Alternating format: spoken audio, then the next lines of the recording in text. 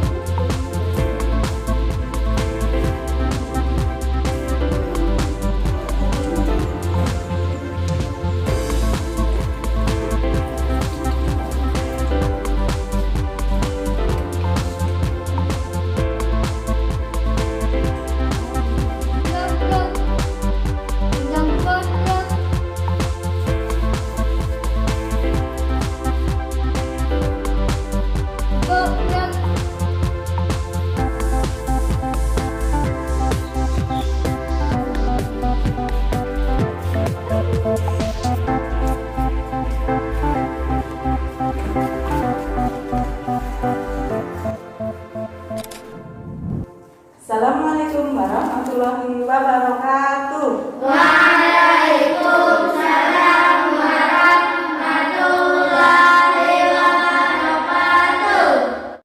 Selamat pagi anak-anak. Selamat pagi, Bu. Sebelumnya kita berdoa dulu ya sebelum mengawali pembelajaran pada pagi hari ini. Silakan Mas Radit untuk dipimpin berdoa.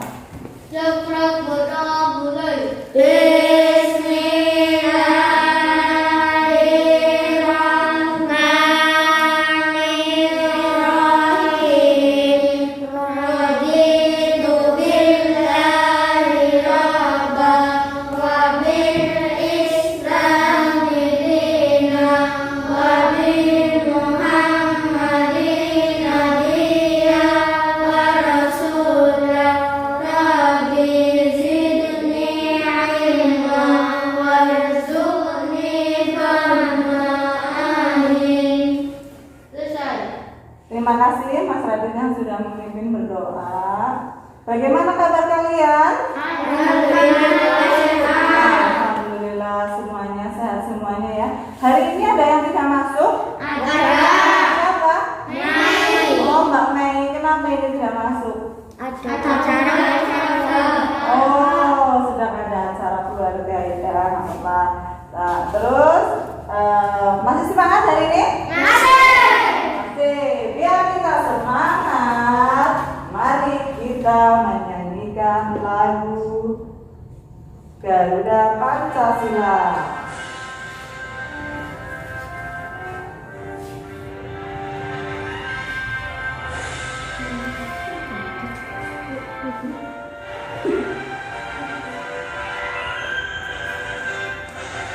Garuda Pancasila.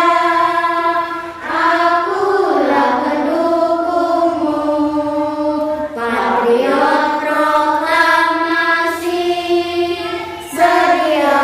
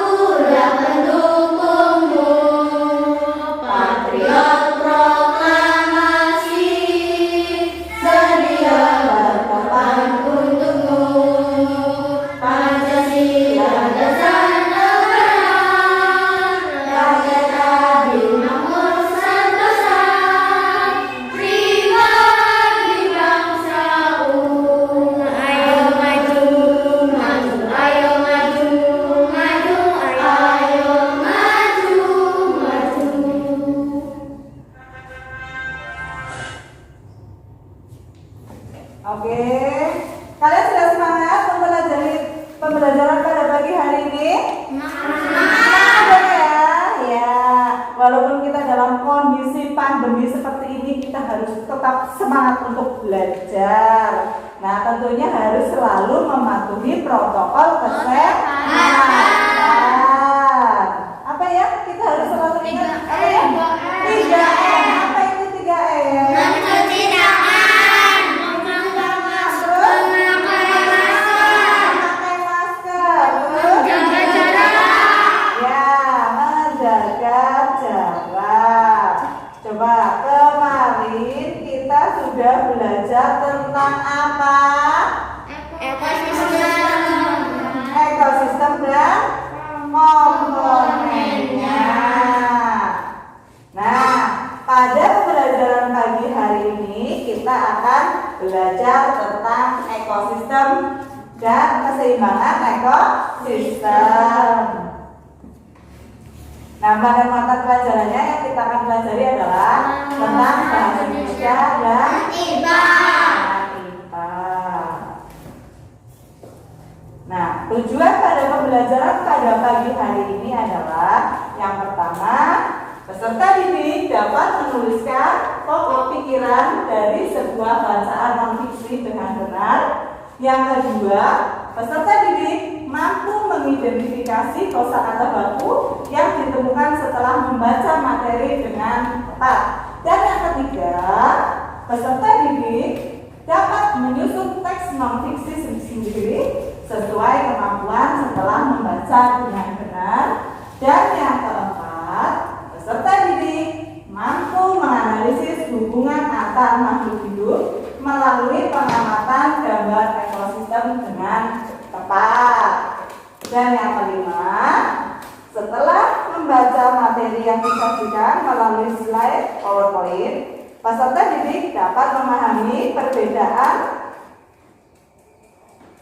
antara simbiosis parasitisme, komensalisme, dan mutualisme dengan tepat.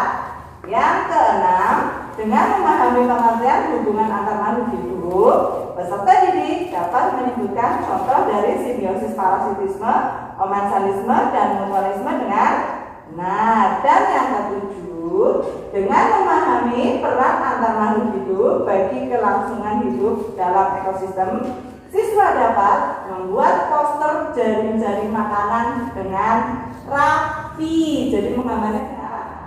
Nah, coba di sini Bu Guru ada contoh benda. Benda apakah ini? Koran.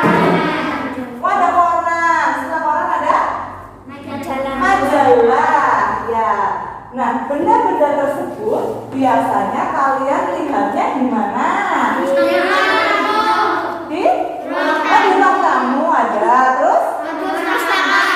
Oh, di perpustakaan. Ya. Nah, koran itu isinya apa sih? Berita. Oh, berita. Terus ada apa lagi? Informasi. Ada apa lagi? Tepat sekali. Terus? Ada apa? Nah, ada apa lagi? Isi. Oh, isi. Oh iya, isinya koran. Nah, biasanya isi di dalam koran itu berupa apa? Paragraf, ya, berupa tulisan yang berupa apa? Paragraf. Nah, paragraf itu apa sih? Siapa yang tahu? Ria, Mbak Kalisa? Paragraf adalah kumpulan dari beberapa kalimat. Paragraf adalah kumpulan dari beberapa kalimat. Paragraf? Paragraf adalah kumpulan dari beberapa kalimat. Oh iya, paragraf adalah kumpulan dari beberapa kalimat. Jadi berarti tepat ya yang disampaikan oleh Mbak Kalisa dan Mbak Kalita ya. Tepuk tangan. Ya. Jadi paragraf dapat kelas 5. Nah, kalau paragraf itu kumpulan dari beberapa kalimat. Kalau kalimat sendiri itu apa kalimat sendiri? Oh, ya boleh nggak sih Pak? Kalimat adalah kumpulan dari beberapa kata. Kalimat adalah kumpulan dari beberapa kata. Coba teman yang lain ada yang punya pendapat lain? Punya pendapat lain? Ya, Mas. Kalimat adalah kumpulan dari beberapa kata. Oh iya, berarti tepat ya yang disampaikan oleh Mbak Siva. Jadi kalimat itu adalah kumpulan dari beberapa kata. Nah, kalau kata sendiri itu apa kata? Oh ya Mbak Siva, coba. Kata adalah kumpulan dari beberapa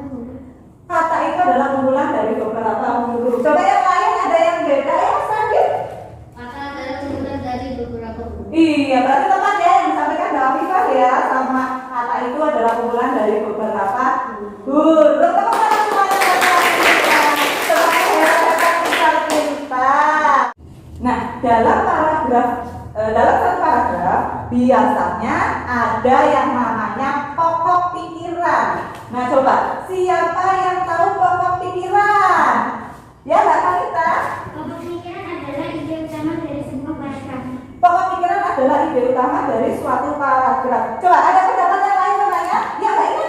Pokok pikiran adalah ide utama dari sebuah paragraf. Oh, pokok pikiran menurut Mbak Ina adalah ide dalam satu paragraf. Ya, semuanya tepat-tepat. Jadi pokok pikiran itu adalah pikiran utama atau gagasan utama dalam sebuah paragraf, dan kalimat selanjutnya adalah kalimat penjelas. Bagaimana sih cara menentukan pokok pikiran? Ya, Mas Nabil coba menentukan pokok pikiran bagaimana?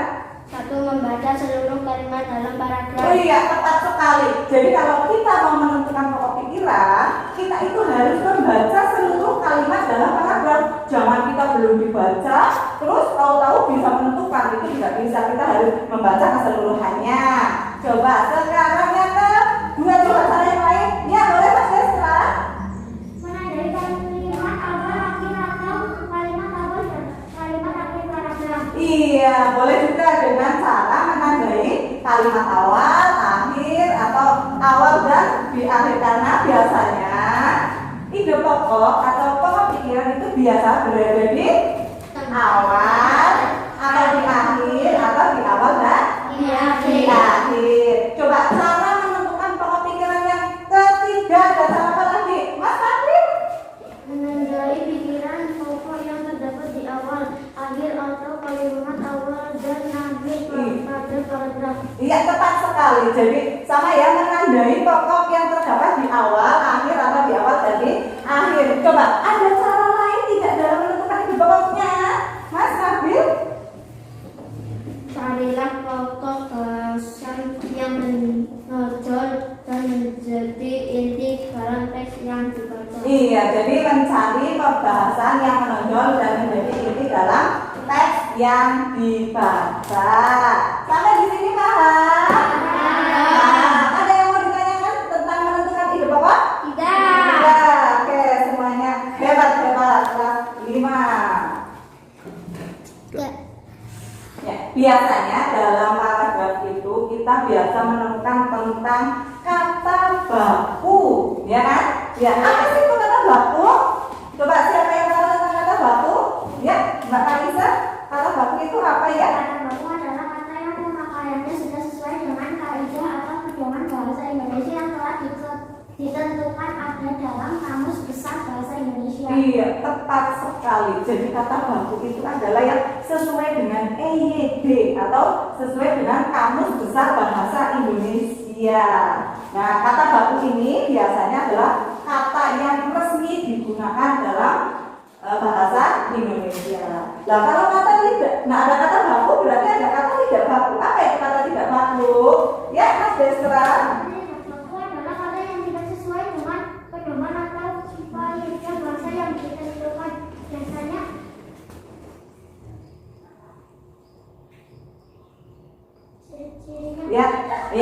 Ya. Jadi kalau kata tidak baku itu adalah kata yang tidak sesuai dengan pedoman atau kaidah bahasa yang ditentukan, atau bisa juga kata tidak baku itu sudah dipengaruhi oleh bahasa daerah. Coba siapa yang bisa menyebutkan contoh kata tidak baku? Ya, Mas Fatir. Contoh kata tidak baku ada apa? cedera. Cedera, ya, cedera. Itu kata tidak baku. Kata bakunya apa? Apa Mas Nabil? Cedera. Jadi kata tidak bakunya cedera, kata bakunya cedera. Ada lagi contoh yang lain? Ya, Mbak Karisa. Kata bakunya foto, kata tidak bakunya foto. Oh iya, kata bakunya foto. Kata tidak bakunya foto. Ada contoh yang lain kalimat kata baku dan tidak baku? Ya, Mas Davia. Kata baku praktik, kata tidak baku praktek. Iya, kata bakunya ada kata praktik. Itu kata baku. Kata tidak bakunya adalah praktek. Coba ada lagi contohnya. Provinsi. Provinsi. Itu kata baku apa tidak baku, Mas? Kata baku. Kata baku. Yang tidak bakunya apa? Provinsi. Provinsi. Ya, tepat sekali. Sampai di sini paham tentang kata baku dan tidak baku? Paham. Ya, di depan Bu Guru ada contoh teks tentang rantai makanan dan jaring-jaring makanan. Ada berapa paragraf di depan? 3. Ada 3 paragraf. Coba silakan kalian baca dulu, dibaca dengan cermat. Nanti Bu Guru carikan masing-masing dari setiap paragraf, carikan tentang ide pokoknya. Silakan kalian dibaca dulu. Nanti setelah itu carikan ide pokoknya. Sudah? Sudah? Ya, oke, sudah. Coba dari paragraf yang 1 untuk yang paragraf ke 1, coba ide pokoknya apa sih? Coba siapa yang sudah menentukan? Mas Davia? Coba. Ketergantungan antar makhluk hidup dan lingkungannya menjadi bagian dari kehidupan di dalam sebuah ekosistem. Tumbuhan mendapatkan energi. Stop. Ya, siapa yang mau menentukan ide pokok paragraf yang pertama? Silakan Mas Davia. Ketergantungan antar makhluk hidup di lingkungannya menjadi bagian dari kehidupan di dalam sebuah ekosistem. Iya, coba yang lain. Ada pendapat yang lain untuk paragraf yang pertama? Ya, Bapak Ustaz. Ketergantungan antar makhluk hidup dan lingkungannya menjadi bagian dari kehidupan di dalam sebuah. Oh iya, sama ya. Berarti kalimat utamanya tadi sebelumnya berada di mana? Di awal paragraf. Semuanya sama ya? Ya, tepat sekali. Untuk paragraf yang kedua, siapa yang membacakan? Mas Desra. Energi makanan dari satu makhluk hidup ke makhluk hidup lain di dalam rantai makanan. Oh iya, ada pendapat yang lain untuk paragraf yang kedua, Mbak Afifah. Energi mengalir dari satu makhluk hidup ke makhluk hidup lain di dalam rantai makanan. Oh iya, tepat sekali. Berarti ide pokoknya berada di mana? Di? Tengah. Di awal. Tengah awal. Di awal paragraf. Coba untuk paragraf yang ketiga, coba siapa yang mau menentukan? Mbak Karisa, silakan. Yang komponen yang ada dalam jari-jari makanan yang saling mempengaruhi satu dengan yang lain. Oke, ada lagi yang berbeda mungkin untuk paragraf yang ketiga. Siapa? Mbak Sila boleh. Setiap komponen yang ada dalam jari-jari makanan yang saling mempengaruhi satu dengan yang lain. Iya, betul, tepat sekali. Berarti kalimat utamanya berada di mana? Jawabnya? Di akhir. Sampai di sini ada yang bingung? Oke, anak kelas 5 hebat-hebat semua. Oke, dari bacaan tersebut ada 3 paragraf tadi ya. Coba kita cari kata baku atau kata tidak bakunya. Dari paragraf pertama, siapa yang sudah menemukan kata baku atau tidak bakunya? Ya, apa Mbak Karisa? Kata baku energi. Energi kata bakunya. Yang tidak bakunya apa? Energi pakai? Iya, betul sekali karena itu sudah campuran dengan menggunakan bahasa asing. Untuk paragraf yang kedua, coba saya sudah menemukan. Ya, Mbak Karisa? Kata baku rantai, kata tidak baku rantai. Iya, kata bakunya itu rantai. Kata tidak bakunya? Rantai. Jadi pakai itu campuran menggunakan bahasa daerah. Coba paragraf yang ketiga, siapa yang sudah menemukan? Apa Mbak Ina? Kata bakunya mempengaruhi, kata tidak baku mempengaruhi. Oh iya, di situ ada kata mempengaruhi. Mempengaruhi itu baku apa tidak baku? Tidak baku. Iya, tepat sekali tidak baku. Nah, kata bakunya apa? Mempengaruhi. Iya, hebat sekali kelas 5 temukan.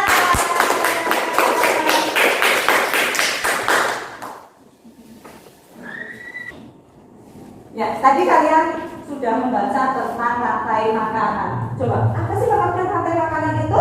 Siapa yang tahu?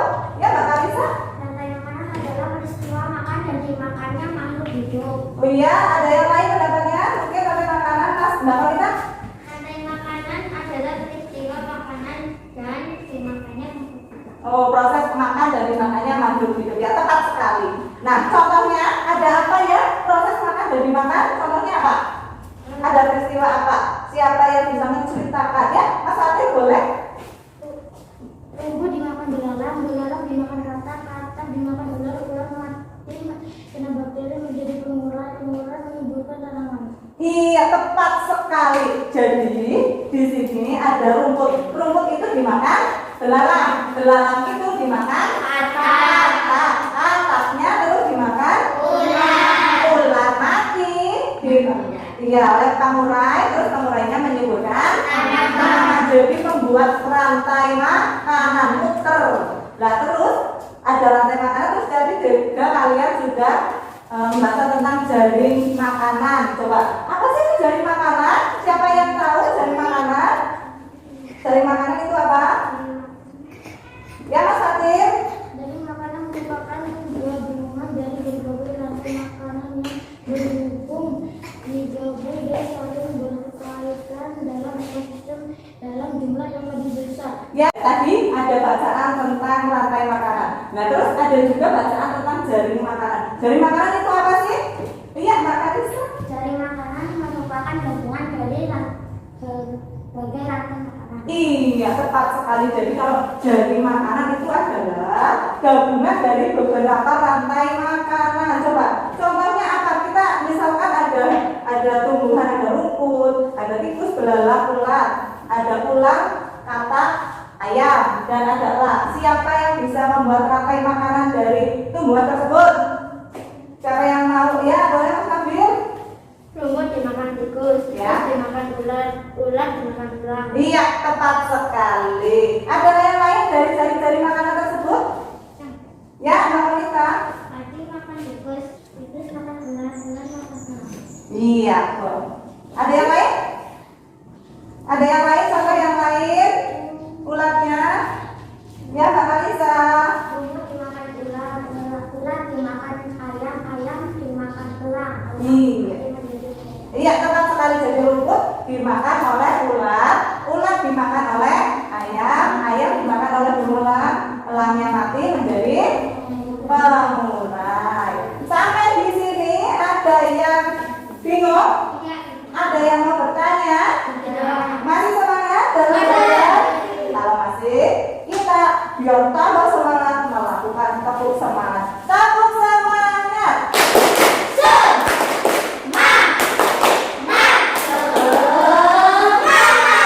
Alhamdulillah semuanya masih semangat. Nah, coba di sini Bu Guru ada gambar apa ini? Ada gambar hutan, ya ada hutan itu ya. Nah, coba dapatkah kalian menyebutkan makhluk hidup yang menyusun jaring-jaring makanan yang ada di dalam hutan tersebut? Iya, Mbak Karisa. Rumput dimakan rusa, rusa dimakan harimau, harimau menjadi pengurai. Oh iya, kalau di dalam hutan itu tumbuhannya atau rumput ya, rumput dimakan rusa ya. Jadi rusa itu makan rumput, lah terus rumput itu dimakan rumput dimakan rusa, terus rusanya dimakan harimau. Kalau di hutan ada harimau ya, terus harimaunya mati menjadi pengurai dan pengurai itu menyuburkan tanaman. Ingat tadi sudah belajar tentang jaring-jaring makanan kan, rantai makanan. Nah, di sini ada hubungan antar makhluk hidup yang saling mempengaruhi. Ada berapa hubungan makhluk hidup? 3. Ya, apa saja? Ya, Mbak Risa. Simbiosis mutualisme. Ya, ada simbiosis mutualisme. Terus ada apa lagi? Simbiosis komensalisme. Ya, oke. Terus Simbiosis parasitisme. simbiosis parasitisme. Apa sih itu simbiosis mutualisme tuh? Siapa yang mau? Oke, Mas Fatir. Mutualisme adalah hubungan Yang keras coba, Mas. Mutualisme adalah hubungan antar makhluk hidup yang saling menguntungkan antara satu dengan yang lainnya. Ya, coba ada yang lain simbiosis? Ya, Mbak Ina. Simbiosis mutualisme adalah? Mutualisme adalah hubungan antara makhluk hidup yang saling menguntungkan. Iya, tepat sekali. Jadi, simbiosis mutualisme adalah simbiosis yang saling menguntungkan. Untuk yang kedua, ada tadi simbiosis komensalisme. Apa itu? Siapa yang tahu? Oke, Mas Dahlia. Simbiosis komensalisme adalah hubungan antara makhluk hidup yang menyebabkan satu pihak dan pihak lainnya tidak merasa dirugikan. Ya, tepat sekali. Jadi, kalau simbiosis komensalisme, satu diuntungkan, yang satu tidak diuntungkan dan tidak dirugikan. Kalau yang terakhir, yang ketiga, ada simbiosis parasitisme. Apa itu simbiosis parasitisme? Apa yang Mbak Siva? Parasitisme yaitu hubungan antar makhluk hidup yang hanya menguntungkan satu pihak dan pihak yang lain dirugikan. Iya, betul sekali. Jadi tepat sekali ya. Parasitisme adalah hubungan yang satu diuntungkan, yang satu dirugikan. Nah, di sini Bu Guru ada contoh. Ya, contoh simbiosis mutualisme. Yang pertama ada contohnya dengan apa? Kupu-kupu dengan bunga. Siapa yang diuntungkan? Dua-duanya. Ya. Coba kalau kupu-kupunya diuntungkan kenapa? Memakan nektar. Terus kalau bunganya apa yang diuntungkan? Membantu proses penyembuhan. Untuk yang kedua ada contoh simbiosis komensalisme. Itu ada tanaman anggrek dengan inangnya. Coba di situ terjadi apa? Siapa yang diuntungkan? Anggrek. Kenapa? Menempel ya, karena dapat menempel, mendapat sinar matahari cukup ya. Nah, penginangnya dirugikan atau diuntungkan? Iya, tidak diuntungkan dan tidak dirugikan. Jadi biasa saja ya, karena tanaman anggrek itu membuat makanan sendiri. Untuk contoh yang ketiga ada simbiosis parasitisme. Di situ ada benalu dengan pohon inangnya. Siapa yang diuntungkan? Benalu. Kenapa benalu untung? Menempel pada tanamannya ya. Terus kalau pohon inangnya apa? Rugi atau untung? Ruginya apa? Karena tumbuhan pohon inangnya apa? Diserap sari makanannya. Betul sekali. Nah, terus oke, di sini paham? Sudah paham. Sekarang tugas. Coba yang pertama kalian menuliskan tugas membuat paragraf non fiksi, dan yang kedua kalian membuat jaring makanan. Silakan untuk dibuat.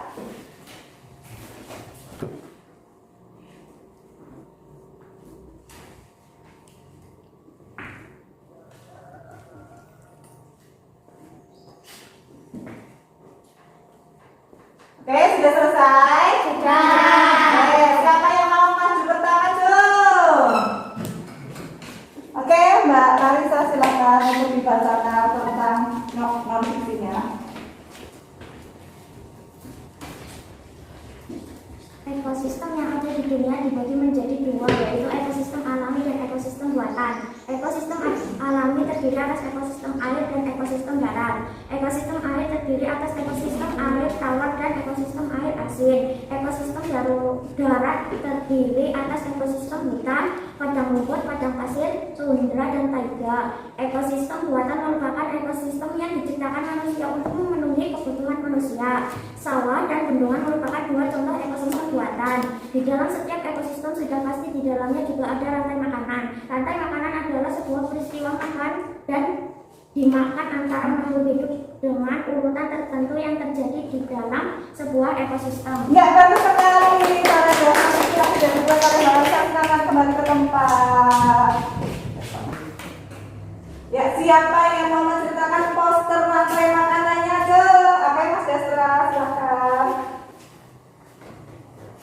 Tadi dimakan tikus dimakan ular dimakan anak-anak menjadi pengurai. Ya, tepat sekali. Nah, sampai di sini ada yang belum paham? Tidak. Ya, ada yang mau bertanya? Tidak. Kalau tidak, Bu Guru bagikan soal evaluasi.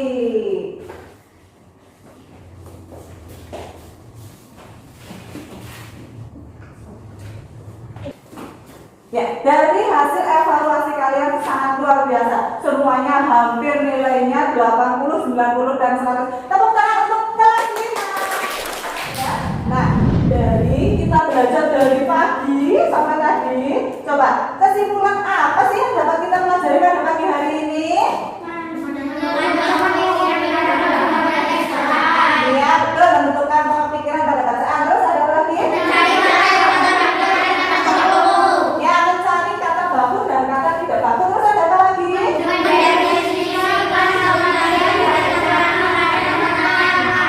Oke, dan yang terakhir tadi kita belajar tentang apa?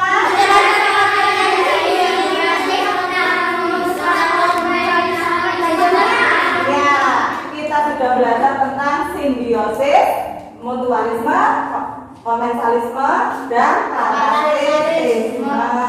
Oke, besok kita akan belajar tentang perubahan pada jaring-jaring makanan. Nah, oke, untuk sekarang kemas-kemas. Ya, sebelum kita mengakhiri pembelajaran pada pagi hari ini, mari kita berdoa dulu. Singkat, berdoa dipimpin oleh Mas Fadil.